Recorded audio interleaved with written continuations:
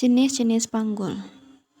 Jenis panggul ada 4, yaitu ginekoid, android, antropoid, dan platypeloid.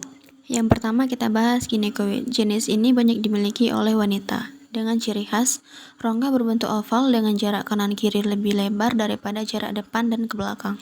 Yang kedua yaitu android, yang umumnya dimiliki oleh pria. Dengan ciri khas, rongga panggul sempit dan berbentuk seperti hati. Yang ketiga antropoid, dengan ciri-ciri lonjong seperti telur dengan diameter depan ke belakang lebih panjang daripada diameter kanan ke kiri. Yang keempat yaitu platypeloid, dengan ciri-ciri rongga pipi yang jarak diameter kanan ke kiri lebih jauh daripada diameter depan ke belakang. Nah, sekarang kita masuk ke rangka panggul. Jadi, rongga panggul terdiri dari 5, yaitu sacrum, ilium, isium, pubis, dan coccyx. Sebenarnya, coccyx itu juga termasuk dalam sacrum karena sacrum itu ada 5 buah ruas, ditambah coccyx yang tadi. Selain 2 itu, di dalam sacrum juga terdapat tulang yang menonjol yang disebut promontorium.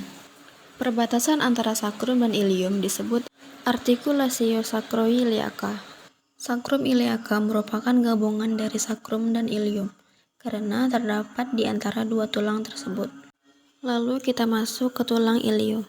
Pertama, crista iliaca, spina iliaca anterior superior, dan spina iliaca anterior inferior.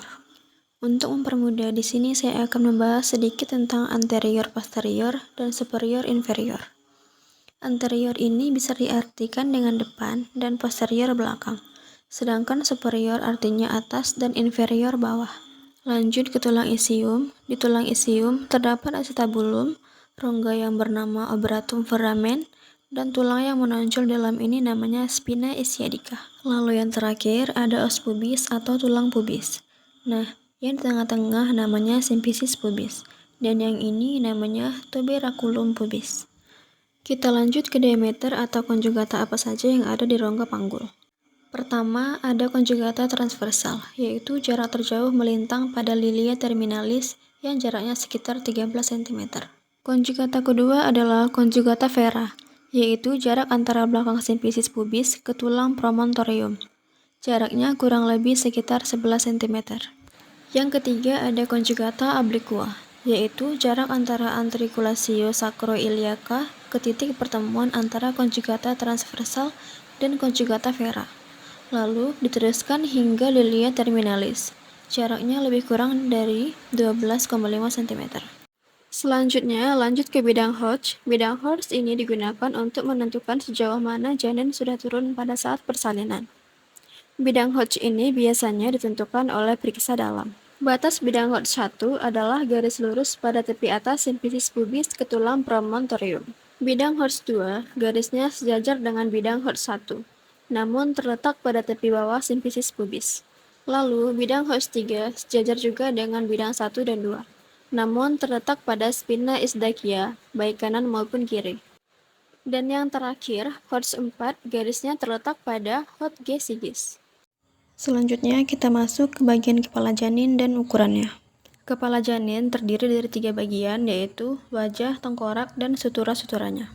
Yang pertama, tulang wajah, yaitu ada os orbita atau tulang dahi, os zygomaticum atau tulang pipi, os masal atau tulang hidung, dan os maxillaris atau tulang rahang atas. Selanjutnya ada os mandibularis atau tulang rahang bawah. Selanjutnya bagian tengkorak, yaitu ada os frontalis dan os parietalis yang terdiri dari 2 masing-masing.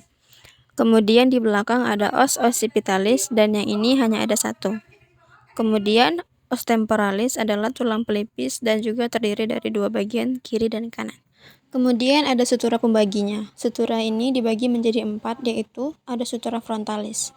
Sutura ini membagi antara frontal kiri dan frontal kanan.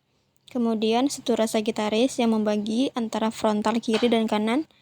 Dan kemudian ada sutura coronaria yang membagi antara parietal dan frontal. Lalu ada sutura lambodea yang membatasi antara parietal dan occipital.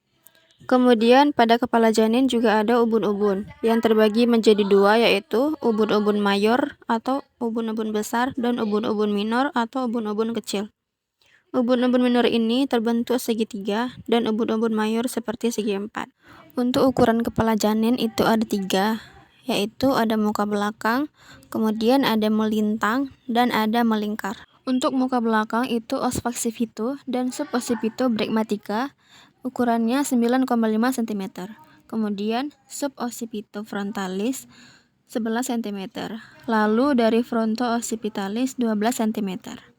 Untuk mento occipitalis dari dagu 13,5 cm. Kemudian ada submento bregmatica sampai ke ubun-ubun mayor 9,5 cm. Kemudian untuk ukuran melintang ada dua, yaitu bitemporalis dan temporalis kiri ke kanan 8 cm. Kemudian biparientalis itu dari pariental kiri ke kanan 9 cm.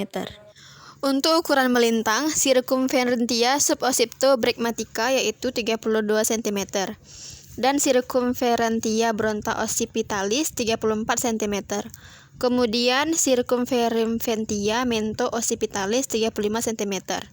Cukup sekian pembahasan dari saya. Wassalamualaikum warahmatullahi wabarakatuh.